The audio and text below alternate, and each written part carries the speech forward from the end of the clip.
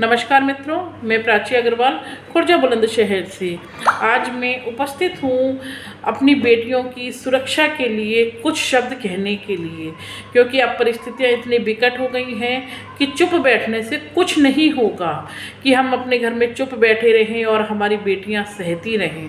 तो हमें इसमें मैंने कुछ पंक्तियाँ लिखी हैं, खुद ही मोर्चा संभालना होगा। कब तक निर्भया बन सहती रहेंगी हमारी बेटियाँ, कब तक निर्भया बन सहती रहेंगी हमारी बेटियाँ, कब तक नरभक्षियों का शिकार होती रहेंगी हमारी बेटियाँ।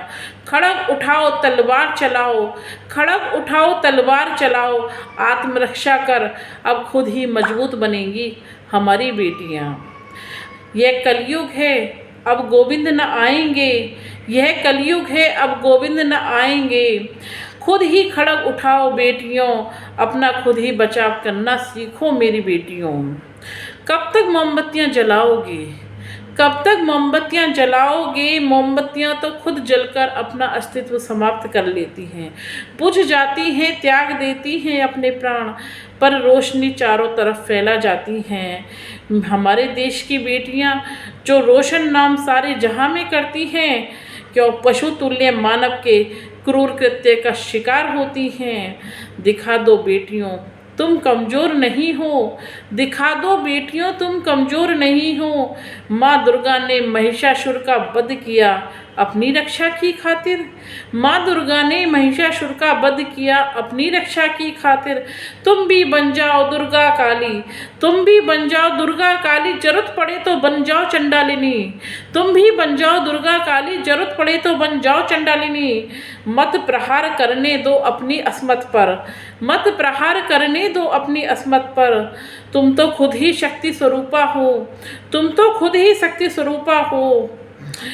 फिर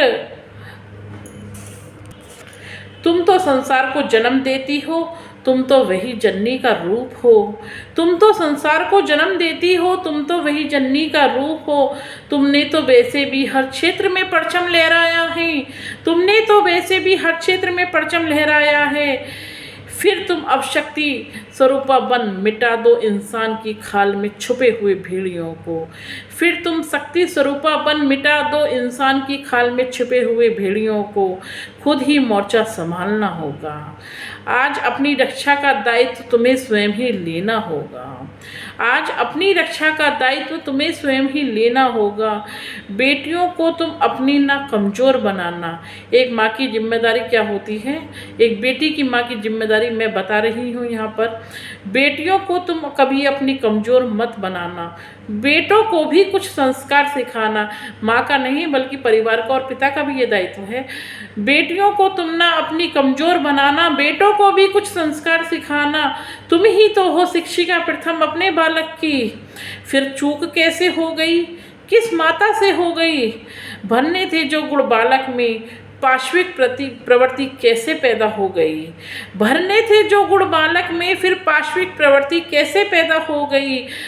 अब हर नारी का है कर्तव्य, अब हर नारी का है कर्तव्य, बेटियों को ना कमज़ोर करेंगी और बेटों को भी सही राह दिखाएंगी। बेटियों को ना कमज़ोर करेंगी और बेटों को भी सही राह दिखाएंगी। समाज के प्रति है सबकी जिम्मेदारी, समाज के प्रति है सबकी जिम्मेदारी, और सभी अपनी जिम्मेदारी को पूर्ण निष्ठा से निभाएंगी।